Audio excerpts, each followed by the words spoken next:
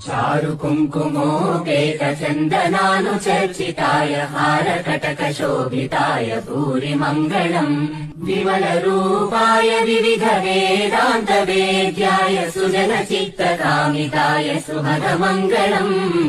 रामदास मृदुलहृदय तामरसनिवासाय स्वामि भद्रगिरिवराय दिव्यमङ्गलम् चारु कुङ्कुमोपेतचन्दनानुचर्चिताय हारकटकशोभिताय भूरिमङ्गलम् विमलरूपाय विविधवेदान्तवेद्याय सुजनचित्तकामिताय सुभगमङ्गलम् रामदास मृदुलहृदय तामरसनिवासाय स्वामि भद्रगिरिवराय दिव्यमङ्गलम्